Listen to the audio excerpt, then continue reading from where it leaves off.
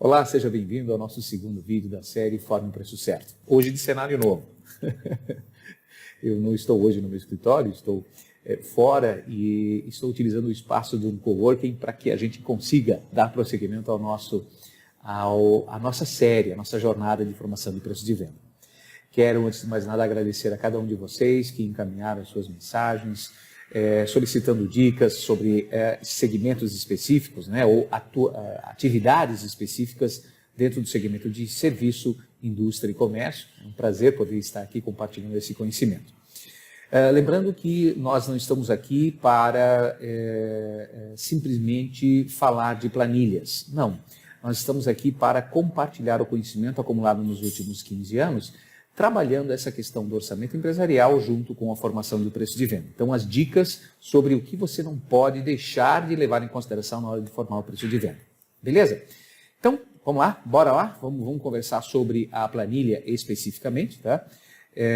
O que eu vou agora iniciar aqui é uma atividade já direta numa planilha que nós usamos de apoio, tá? Eu vou colocar ela aqui em tela diferenciada, para a gente, então, lembrar o que nós trabalhamos na semana passada.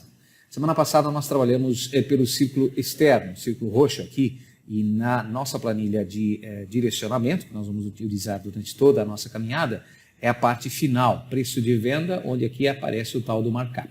Né? Bom, fica claro de que para chegar até o markup eu preciso trilhar este caminho, que é a nossa jornada.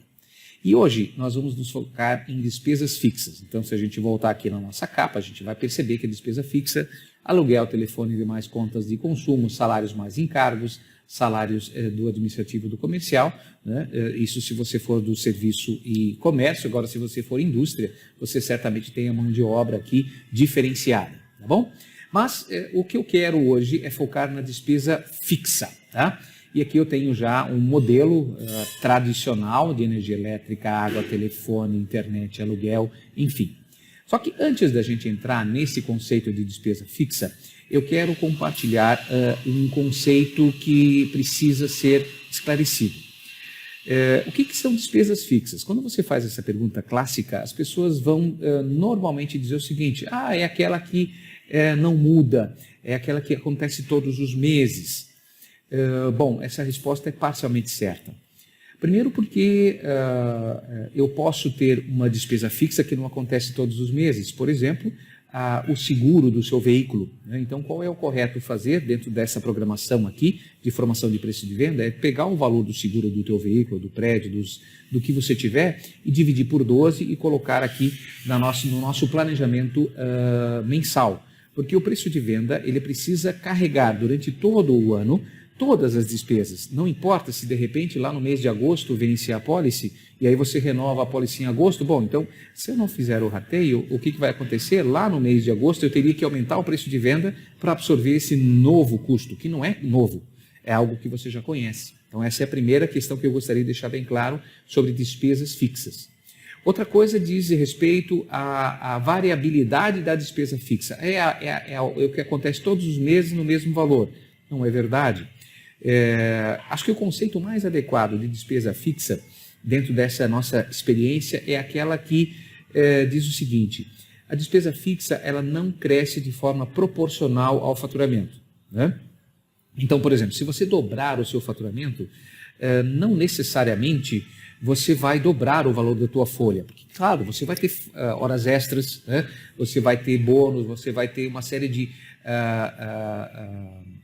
despesas adicionais, mas não o dobro. Você dobrou o faturamento, mas não dobrou a despesa com salários. Você dobrou o faturamento, mas não dobrou a carga ou o gasto de energia elétrica. Ela não cresce na mesma proporção. Então, o que eu gostaria de deixar bem claro aqui é que o conceito de despesa fixa é aquela que não cresce de forma proporcional ao faturamento. É diferente da despesa variável, né? Então, por exemplo, se você vende mais, você vai pagar mais imposto na mesma proporção. Se você vende mais, você vai pagar comissões na mesma proporção. Né? Então, fica claro aqui a diferença entre despesa fixa e despesa variável. Ok? Então, eu gostaria de deixar isso bem centrado aqui para o nosso modelo, o nosso exemplo. Tá? Então, aqui, dito isso, quando a gente começa a falar sobre as despesas fixas, a gente tem que levar em consideração, de fato, uma média histórica. Então, se você está começando agora, ou se a sua empresa já tem um histórico, né, de anos trabalhando, fica mais fácil, né, você buscar essas informações, se é que você tem elas registradas. Muito importante, né? Então, quanto eu vou jogar de energia elétrica que terá que ser absorvida pelo meu preço de venda? Quanto eu vou jogar de água, telefone, internet, aluguel, seguro predial, veículos, né? Aqui eu seguro, lembra? Anual, e eu faço o rateio mensal, né? Então é muito importante que eu tenha este levantamento de tudo que é necessário para a estrutura. Eu até coloco aqui, né, nessas despesas são informadas contas de natureza fixa e rotineira, necessária para o funcionamento do negócio, caracterizadas principalmente pelo valor pago pela infraestrutura, como aluguel, contas de consumo. Neste grupo, esse é importante, neste grupo entram também valores de salários e encargos para pessoal, administrativo e comercial. Tá? Por quê? Porque se você for indústria, isso está segmentado de forma diferenciada, que é quando a gente chegar lá no custo variável de mão de obra. Tá? Aonde eu quero aqui atentar para algo? Muitos empresários fazem esse levantamento pelo valor da folha e acabam com isso deixando de fora uma parte significativa da despesa com o pessoal. Carlos, eu não estou entendendo. O que você está falando? Eu estou falando disso aqui, gente. Eu vou pegar uma outra planilha auxiliar, que é a que a gente utiliza nos clientes para levantar o custo com o pessoal. Né? Perceba que esta empresa parte de R$60 mil de salários, mas ela tem aqui um dispêndio total de 87 mil. Né? E aí, na verdade, nós temos ainda que complementar esses dispêndios. Né? O que acontece?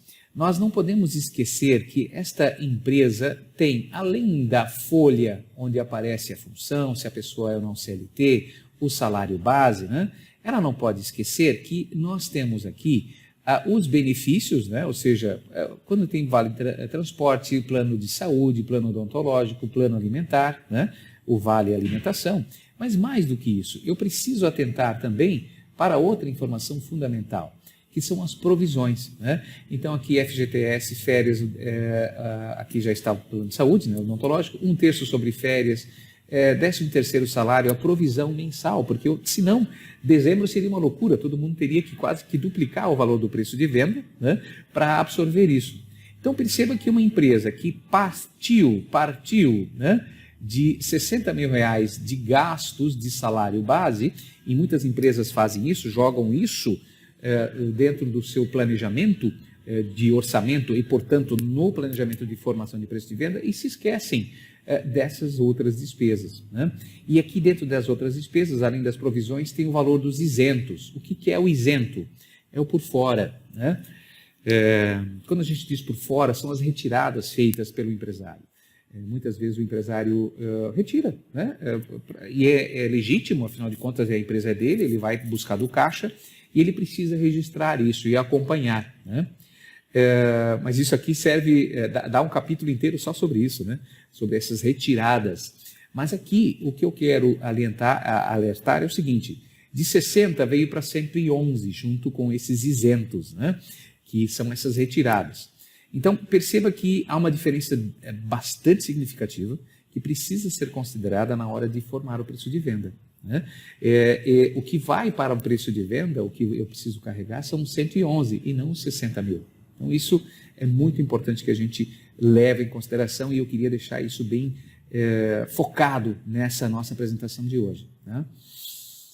Para finalizar essa questão das despesas fixas, eu gostaria também de compartilhar aqui outras questões relacionadas ao valor da folha, que são os isentos. Né? É importante que você faça a anotação do que você retira da sua empresa. Como eu disse, é legítimo, não me cabe aqui julgar se você deve ou não retirar do seu caixa. O ideal, o mundo ideal, seria você ter um prolabore e ponto final, né? E com isso você administra, esse é o mundo ideal, só que a gente sabe que entre o ideal e o real existe o possível. Né? Então, o que é possível? Pelo menos anote, pelo menos acompanhe as suas despesas pessoais, cujo pagamento é feito pelo caixa da empresa, para que você tenha uma ideia da magnitude que isso toma. Tá? Não obstante, isso é muito comum em vários clientes, quando a gente chega nessa hora e pergunta, cara, quanto é que tu tira por mês? Né? Ah, cara, eu tiro lá um Prolabore, que é aquele para o INSS, e mais, sei lá, uns 2, 3 pila, 5 pila, 5 mil reais, 10 mil reais. E quando a gente faz o levantamento, levanta as informações com base no carnê do carro, no IPTU da casa do dono, e vai juntando, cara, normalmente é o dobro do que o empresário acha que tira. E simplesmente isso não é considerado no preço de venda quando eu não faço o mapeamento. Né? Então eu queria fechar a nossa conversa de hoje sobre a questão das despesas fixas, recapitulando pontos importantes. No RH, não esqueça, além do salário eu tenho as provisões, tenho os benefícios sociais, os encargos sociais e os isentos, que são as retiradas que precisam ser mapeadas. Perfeito? Nas despesas fixas ainda, né, voltando aqui para a nossa planilha anterior, eu preciso jogar aqui mesmo as despesas cujo pagamento acontece pontualmente, eu preciso fazer o rateio mensal. E terceiro e último, a despesa fixa tem por base, por característica, a não proporcionalidade no aumento ou na diminuição do faturamento. Ou seja, ele não está colado. Ele aumenta e diminui, sim, de acordo com o teu volume faturado. No entanto, não na mesma proporção. Tá bom? Então hoje, até para não nos delongar demais, eu gostaria de reforçar a importância de você atentar para esses 3 pontos da despesa fixa, que sem dúvida nenhuma é um dos pilares para a formação do preço de venda. Ok? Eu aguardo os seus comentários, mande as suas dúvidas e a gente vai ter o maior prazer em conversar sobre isso. Perfeito? Agradeço mais uma vez a atenção de vocês e até a próxima.